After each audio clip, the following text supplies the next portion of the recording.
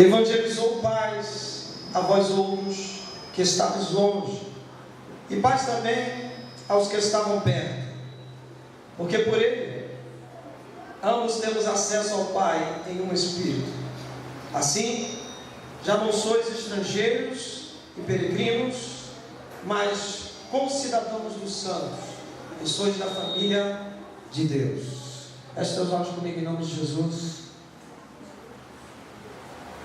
Pai querido, obrigado pelo mel da Tua palavra, meu Deus. Obrigado, Senhor, porque cuidamos ter em Tua palavra a vida eterna. E essa vida eterna, Senhor, está em Jesus Cristo. E assim, Senhor, também nós temos preocupação com a família de Deus, com o Reino dos Céus e a Sua justiça. Portanto, abre os nossos olhos nessa noite, Pai, em nome de Jesus. Faça segundo o Teu querer e Tua riqueza em glória para sempre. Amém. Quero repetir em nome de Jesus o 19. Assim, já não sois estrangeiros e peregrinos, mas concidadãos dos santos, e sois da família de Deus, edificados sobre o fundamento dos apóstolos e profetas, sendo Ele mesmo, Cristo Jesus, a pedra angular, no qual todo o edifício bem ajustado cresce para santuário dedicado ao Senhor, no qual também vós, juntamente, estáis sendo edificados para a habitação de Deus no Espírito. Nós não somos mais estrangeiros. Qual a diferença que há entre um cristão no Brasil, um cristão nos Estados Unidos, na Argentina, na Noruega? Somos todos uma grande família de Deus. Foi isso que o apóstolo Paulo quis frisar. Foi isso que o Senhor Deus acha como importante. Na visão de João, João viu em pé um povo grande e imundo, tantos como a areia da praia, tantos como a areia do mar. E esse povo era um povo de todas as línguas, povos e raças, de todo tipo, de todas as gentes, todos a uma só voz, e uníssono, em comunhão, concordando uns com os outros, que Jesus Cristo, que está sentado no trono, o Cordeiro, a Ele seja dado toda a honra, toda a glória e todo o louvor.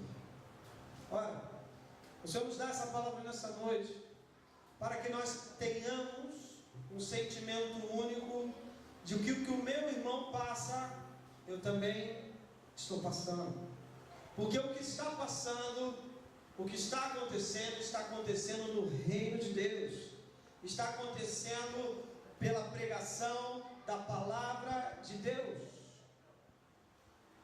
E então nós não podemos olhar apenas para os nossos narizes, olhar apenas para nós mesmos e acharmos que a vida gira em torno de nós. Não. Eu quero te chamar hoje a refletir sobre o que tem acontecido no mundo e o que está acontecendo nesse momento na igreja no Rio de Janeiro, na igreja no Brasil também. Porque o Senhor nos tem chamado a um propósito maior sempre. Porque a igreja local, em nome de Jesus, entendam isso em paz, entendam isso que o Senhor Deus manda dizer, porque a igreja local tem estado dormindo com as questões maiores. A Bíblia diz assim: será que quando o Filho do Homem vier sobre as nuvens, achará fé na terra? Ele achará pessoas esperando a sua volta, ele achará pessoas preocupadas com a evangelização, preocupadas com o seu semelhante, pessoas, ou a fé estará morta. Hoje nós estamos vivendo um tempo aqui no Rio de Janeiro, principalmente no Brasil, de apostasia espiritual. Muitas ditas igrejas estão seguindo caminhos de dinheiro, de prosperidade, falsa prosperidade, e Satanás tem tido trono dentro das igrejas. E aquelas igrejas que têm buscado o poder e a glória de Deus, encontram muitas barreiras entre os irmãos. Encontramos hoje, irmãos, muita meninice espiritual, e o Senhor está puxando a nossa orelha hoje. O Senhor está pedindo um compromisso verdadeiro e real, e para tanto, o Senhor manda hoje você vislumbrar o que tem acontecido no mundo. Hoje nós vamos passar 2 relatos. Um deles é até um pouco forte, as crianças vão ficar lá atrás e não vão ver. Se tiver alguma criança aí, que é melhor não ver, porque é necessário. Não quero aqui chocar ninguém, mas é a verdade, é o que está passando nossos irmãos. E nós estamos aqui vivendo uma liberdade muito grande, mas é tão grande a nossa liberdade, é tão grande a nossa riqueza, que nós não damos o devido valor a ela. Só que Deus, o Deus que morreu na cruz por mim e por você, está te cobrando hoje que você não dê a liberdade ocasião à carne, que você não use da liberdade que você tem para dar ocasião à carne. Ou seja, eu vejo quando muitas das vezes você chega na casa do Senhor, olha, igreja, nós estamos fazendo um café amargo. Eu estava conversando hoje com a irmã Ana Clécia ali, bem rapidinho, vou conversar com ela um pouco mais profundo depois. Mas toda a igreja, todos os locais, todas as casas, Deus tem mostrado uma guerra espiritual muito grande. Antes do café, na casa da irmã Ana Clécia, eu queria dormir um pouquinho de tarde e não consegui, porque o Senhor foi lá me visitar para falar sobre a guerra espiritual. E assim como em outros lugares também a gente vai vendo, a gente sente um peso. Por quê? Porque Satanás ele não quer que você seja de fato cristão, já que ele não pode te acorrentar, te aprisionar, te bater, te machucar, fazer você negar o Evangelho, assinar um documento que você nega a sua fé. Então ele quer que você negue a sua fé, sabe como? Negando a eficácia do poder. Porque a Bíblia fala, existe uma reclamação de Deus na Bíblia que diz assim: confessa o nome, mas nega a eficácia do poder. E aí é o nosso pecado. Vamos assumir, Igreja do Ministério do São Remo, o nosso pecado diante de Deus. Muitas das vezes nós falamos o nome, mas negamos a eficácia do poder. De que maneira? Não é apenas acreditar. Tiago já falou, a fé sem obras ela é morta. Mostre-me a tua fé sem obras, que eu te mostrarei a minha fé pelas minhas obras, pelo aquilo que é gerado em mim, pelo aquilo que me faz mover. Tenho estado angustiado e preocupado. Por quê? Porque Satanás quer separar os casais, Satanás quer destruir a família, e não é, em nome de Jesus, eu vou falar isso, você vai entender em nome de Jesus. Não é simplesmente falar, não deu mais certo, vai você para lá e eu para cá. Não. Satanás vai continuar te perturbando. Satanás vai continuar minando a tua vida e te trazendo infelicidade. Porque você é um povo infeliz, não louva ao Senhor de coração. Um povo infeliz não tem autoridade para pisar na cabeça das serpentes e escorpiões. Um povo infeliz não tem como se aprofundar na palavra de Deus e receber o dom do Espírito Santo. Não tem. E é isso que Satanás quer fazer. Satanás quer pegar os jovens e colocar aquilo que é genuíno, deturpar. Quer pegar as meninas, os rapazes e colocar na mão dos levianos. Em nome de Jesus. Nós não estamos passando perseguição alguma, mas Satanás está conseguindo roubar a tua fé. A Bíblia diz assim para os jovens, para os adolescentes que é cristão: lembra-te do Senhor no dia da tua mocidade. Não negue o reino de Deus, não negue a justiça do Senhor.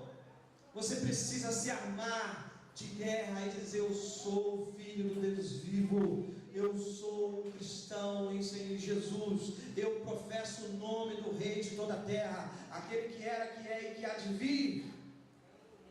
Queridos, lá, muitos já ouviram falar sobre o incêndio de Roma. Vocês já ouviram falar sobre Nero? Nero incendiou Roma. Hoje tem aquele programa de queimar CD que se chama Nero, O imperador Nero era um homem maluco, louco, e ele fazendo as suas loucuras, diversas loucuras, e ele achava que ele, por ser imperador, podia fazer tudo. Então, determinado, teve fatídico que ele incendiou Roma.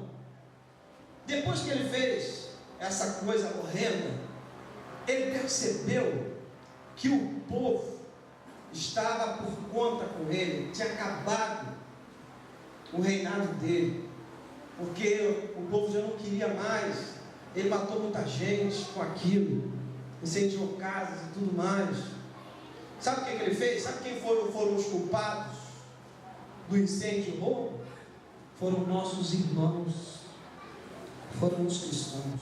Nero teve a grande ideia: vou culpar essa seita chamada de cristãos.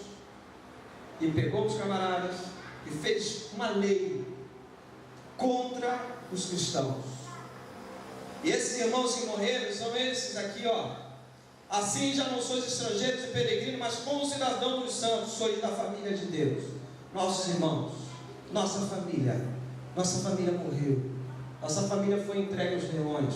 Nossa família, Nero, ele inventou várias formas de torturar um cristão. E nós chamávamos ovelhas, né? E a nossa palavra é pregada que nós somos ovelhas, não bodes. Mas sabe o que ele fazia? Ele costurava peles de ovelhas em cima dos irmãos.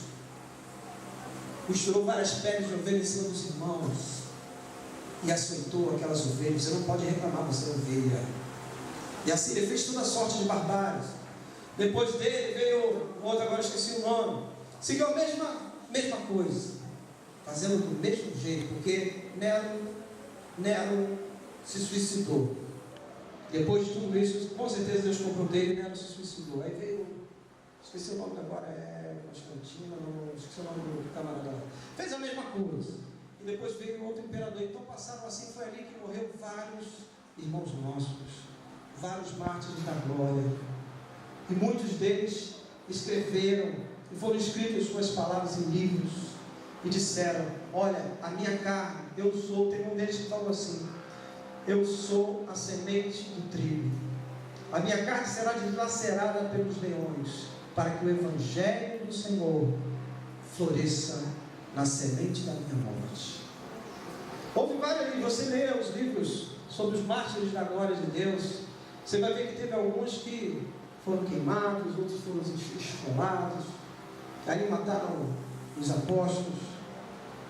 E hoje, por incrível que pareça, no século 21, continua a igreja de Deus vivo, nossos irmãos vivendo isso. Nós aqui no Rio de Janeiro vivemos uma liberdade muito grande. Eu quero que depois que você vê essas imagens, o que acontece hoje, o que está acontecendo na África, na China, na Nigéria, principalmente na África, agora está tendo um problema muito sério com nossos irmãos. Eu não quero que ninguém passe mal, eu não quero que ninguém, mas eu quero que você pense o seguinte: que tem alguém sofrendo mais do que você, que o teu problema é um problema sim, você precisa resolvê-lo, você precisa chorar quando necessário, mas nunca se prostrar. Nós nunca temos o direito de se prostrar, porque isso é para os fracos, e a Bíblia fala que os tímidos, os fracos, não entrarão no reino dos céus. Então, a igreja de Deus vivo, que nós cantamos aqui, a igreja vem como aquele que brilha mais que a luz do sol, dissipando as trevas, essas palavras de ordem que nós temos aqui, muitos dos nossos irmãos não têm. Muitos deles têm pelo um buraquinho na cadeia, uma inscrição escrita num papel higiênico, um versículo que um outro irmão se lembrou, para vivificar a fé através de um buraquinho. Toma aí, meu irmão, leia. Ele pega aquele papel higiênico, uma coisa mais preciosa do mundo, e lê. João 3,16 rola o mundo inteiro, porque Deus amou o mundo de tal maneira que deu o seu Filho unigênito, para que todo aquele que nele crê não pereça, mas tenha vida eterna. E assim aqueles irmãos têm a sua fé vivificada e não negam ao Senhor. E eu quero que você veja como nós, que vivemos aqui no Ocidente, negamos tanto a nossa fé com coisas tão ínfimas, tão pequenas. Nós negamos o tempo inteiro. Essa igreja, quando eu falei aqui, às vezes até por uma questão dessa, está calor, aí eu não vou cantar um louvor, não vou buscar a presença de Deus, porque senão eu vou ficar suado. Que fique suado, porque tem irmãos meus que estão sangrando nesse momento. Nós saímos do café, houve uma casa de uma irmã que foi atacada por demônios. Ela chegou em casa e viu algo terrível. Nós precisamos nos levantar, porque Satanás está lutando contra nós. Todas as casas a gente tem visto isso. Muita batalha, muita batalha, muita batalha e pouco revidar. E pouca resposta. Chegou o momento, igreja de Deus vivo, da igreja responder. Você precisa acordar de madrugada para orar. Você precisa tomar um posicionamento. Você tem que parar de retrucar quando nós damos a palavra do Senhor. Falar que essa palavra foi para mim, jogou para mim. Chega disso. Se foi para mim, Senhor, eu me conserto hoje em nome de Jesus. Eu quero viver segundo as veredas da justiça. Como o salmista falou, vê se há em mim algum caminho mau e me guia pelo caminho do bem. É o que eu quero. É o que eu preciso. Porque Satanás está investindo sobre a minha família, sobre a minha casa. E eu preciso me posicionar. Eu preciso contra-atacar. Eu preciso vencer. E não simplesmente dormir. Eu sei que o nosso hino, o hino do nosso país, ele nos indica algo terrível. Deitado eternamente em berço esplêndido, ao som do mar e à luz do céu profundo. Não. Para mim e para você isso não funciona. De pé. Jesus Cristo falou, Deus, nosso Deus falou, quando Ele quer falar com alguém, filho do homem, põe-te de pé, que eu falarei contigo. O Senhor Deus não fala com ninguém prostrado. Para com isso em nome de Jesus. Ele não vai falar contigo quando você estiver prostrado, reclamando de coisa pequena, ou rebeldia. Ah, se eu não quero, então estou chateado, estou triste. Não dá tempo mais. Estamos nos finais dos tempos. Nós estamos vendo os adolescentes, jovens sendo mortos. E os nossos jovens estão sendo protegidos pelo Senhor. Agora cabe aos jovens também parar de bagunça dentro da igreja. Facebook no meio do culto, cuidado para não sair endemoniado de dentro da igreja. Cuidado. Nós vimos o que aconteceu ontem. Foi ontem? Nós vimos o que aconteceu ontem. Estamos lidando com coisas muito sérias. Não é mais tempo. Eu sou uma pessoa muito educada, eu gosto de falar as coisas muito em código, mas as pessoas já estão fingindo que não estão entendendo, então o Senhor está mandando falar diretamente. Cuidado. Vi grupos de jovens inteiros, que todos os homens foram marginais e morreram a tiros, e as mulheres viraram basicamente prostitutas. De dentro da igreja saía assim. Satanás fez uma arruaça muito grande. Foi um com o outro assim, vambora, aí que nada, que igreja que nada. E você vê a derrota. Os poucos remanescentes. Isso quando eu era criança, que eu via os jovens, meus irmãos, lá no grupo jovem, fazendo peça. Eram todos uns garotos grandes, assim, tipo Mateus mais assim, grandão e tal. Aí, lá eu ficava, legal, um dia eu vou ser igual ao meu irmão, não sei o que, daqui a pouco eu vi o testemunho deles indo por água abaixo. Aqueles que foram os remanescentes, todos hoje são pastores.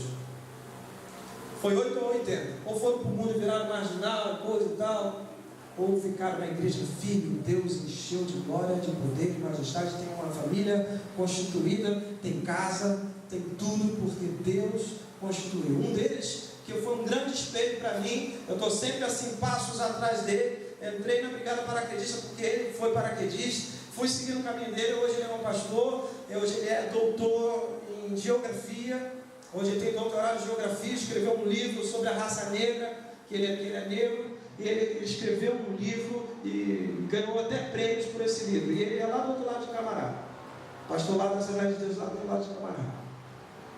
Foi um dos remanescentes daquele tempo. Cresceu, está crescendo, e glória a Deus por isso. Continuo me esperando naquele homem, porque é um homem de Deus.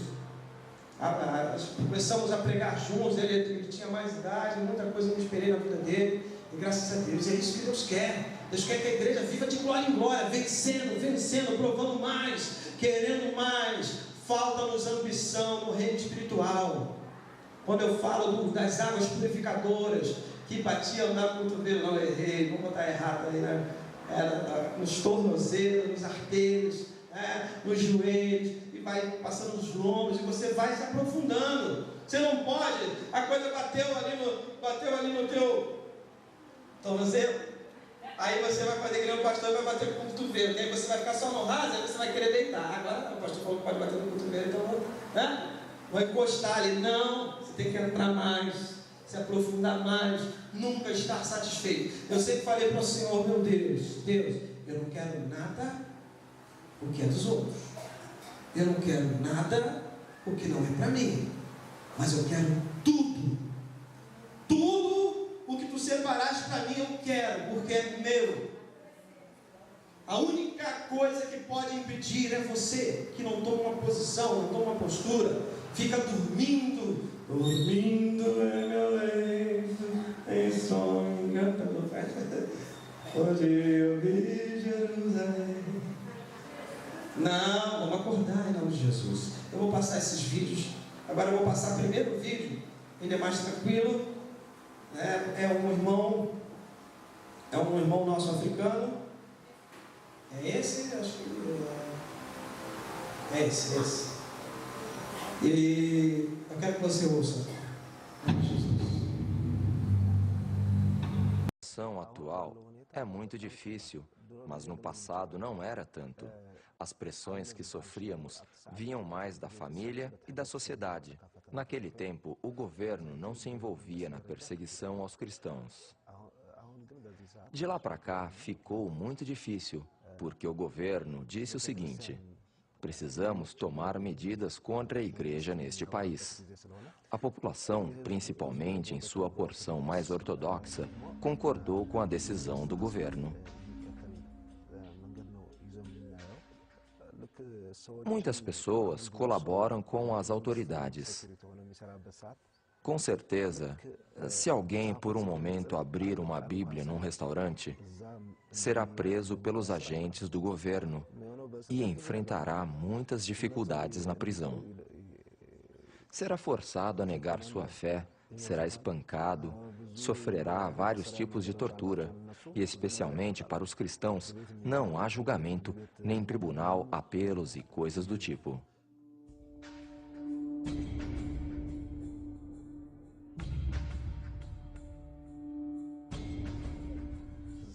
Por exemplo, há alguns cristãos que foram aprisionados há 4 ou 5 anos e jamais foram levados a julgamento num tribunal. Em vez disso, as autoridades exigem que eles assinem documentos negando a fé. Essa é a primeira exigência que fazem. Quem se recusar a assinar será perseguido e torturado na prisão. A próxima punição é uma tortura cruel chamada posição helicóptero. O prisioneiro tem os pés e mãos amarrados junto às costas e é colocado de bruços, apoiando o peso do corpo apenas no abdômen. Os pés e as mãos ficam amarrados junto às costas. Eu entreguei minha vida a Cristo ainda criança e mais tarde fui prestar o serviço militar.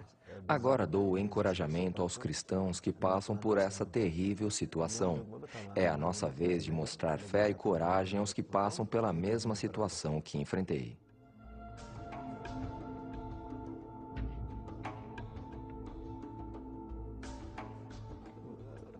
Eu não saberia dizer quantas vezes fui torturado desse jeito, mas me lembro que, durante cerca de 5 meses, me puseram numa solitária e me aplicaram diversos tipos de tortura. Formávamos um grupo naquela prisão. O plano do governo era extinguir e eliminar o cristianismo naquela área.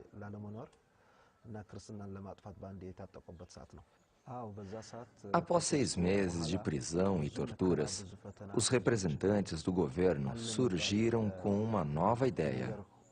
A ideia consistia em nos pedir para negar a fé e assinar um acordo.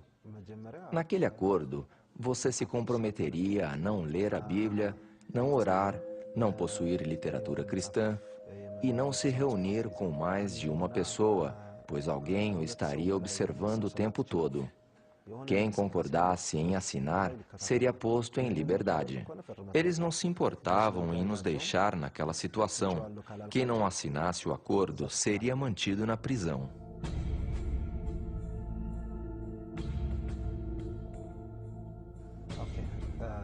Depois que fomos aprisionados, levou apenas 3 meses para que tivéssemos Bíblias sendo contrabandeadas sem que as autoridades soubessem. Separávamos as páginas da Bíblia em livros diferentes e distribuímos cada parte entre as celas. Como não tínhamos onde esconder, guardávamos os pedaços da Bíblia em nossas sacolas. 4 cristãos foram escolhidos para cuidar da distribuição das partes da Bíblia entre os presos. Eu era um dos 4 escolhidos. Eu era responsável por coordenar a distribuição. Como não havia papel, eu usava papel higiênico para copiar as escrituras à mão e distribuir. Quando os agentes do governo revistaram as celas, encontraram os trechos da Bíblia que eu havia fornecido. Interrogados sobre quem havia fornecido aquilo, falaram: "Foi Gideão que entregou." Me castigaram com outra forma de tortura. Me arrastaram de bruços, no chão aquecido pelo sol escaldante e, como resultado, minhas mãos, braços e barriga ficaram em carne viva. Essa foi a pior tortura. Depois me jogaram numa cela de apenas 1 metro por 1,80. 2 meses depois, o comandante daquela região fez uma visita. Disseram a ele: "Este é Gideão." Então eles perguntaram se eu iria negar minha fé ou não. Eu disse: "Não negarei." Por causa da segurança que o Espírito Santo me dava, eu estava disposto a enfrentar qualquer coisa.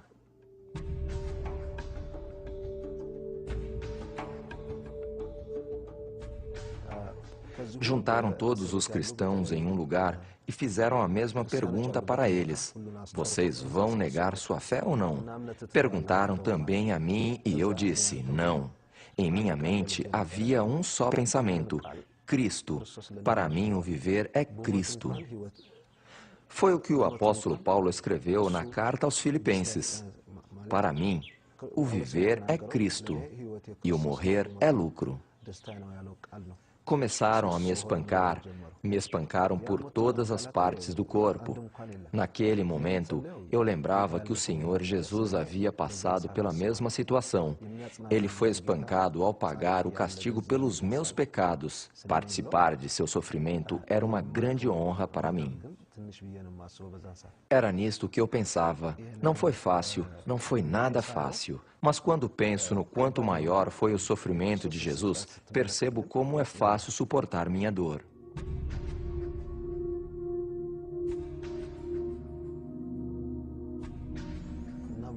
Depois de me espancar, foram embora pensando que eu estava quase morto. Me lembro de ter orado em voz baixa: "Senhor, perdoa esses homens. Eles não compreendem o que estão fazendo. Eu entrego minha alma para descansar em tuas mãos." Amarraram minhas mãos e me jogaram de novo naquela pequena cela. Eles fizeram tudo isso pensando em ensinar uma lição aos outros, para forçá-los a assinar o acordo. Esse era o motivo de fazerem tudo isso na presença dos outros prisioneiros. Para mim, o espancamento não foi o mais difícil, mas a permanência naquela cela minúscula era quase insuportável. Não havia tratamento médico, todas as partes do meu corpo doíam e eu não conseguia deitar no chão para dormir. Pedi medicamentos, mas eles recusaram. Eu não tinha nenhum osso quebrado, mas todas as partes do corpo estavam doloridas. Depois de 2 semanas, minhas pernas começaram a doer muito e feridas se abriram. Então fiz uma oração. Eu disse: "Senhor, Tu és o médico dos médicos. Cura-me." Assim que orei, senti a presença do Espírito Santo em meu corpo. Um dos guardas se compadeceu e decidiu me ajudar e me trouxe sal. Misturando sal com água, eu lavei o ferimento.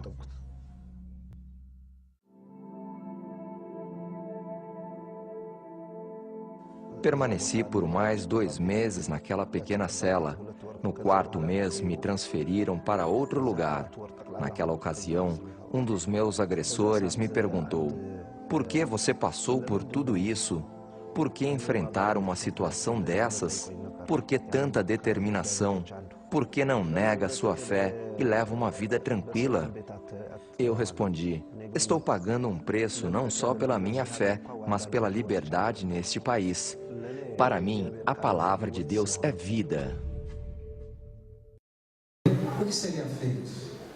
Nosso compromisso aqui nesse lugar é pregar o Evangelho de um Deus vivo.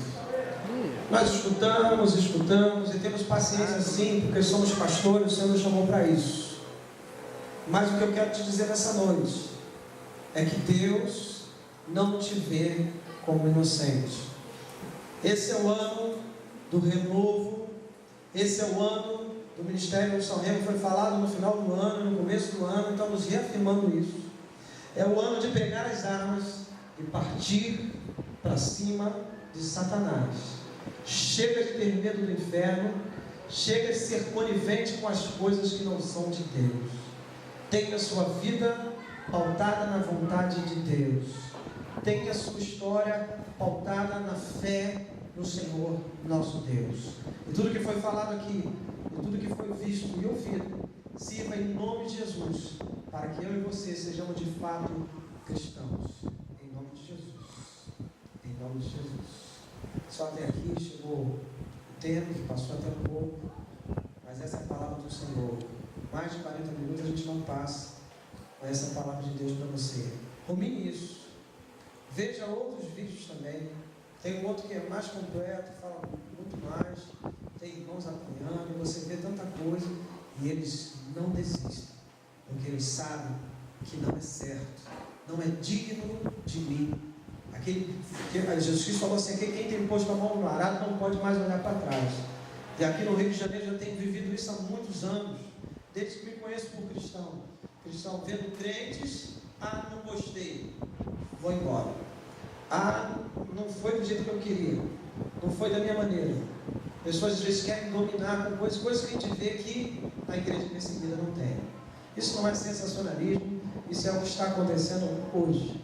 Tem irmãos nossos que estão lá, naquele quando você viu correndo ali, que era um lugar fechado. Pessoas estão lá na China para serem julgadas porque são cristãos. Só que ficam lá 4 ou 5 anos e nunca são julgados. Ficam lá presos, lá sofrendo e não são julgados. É simples assim.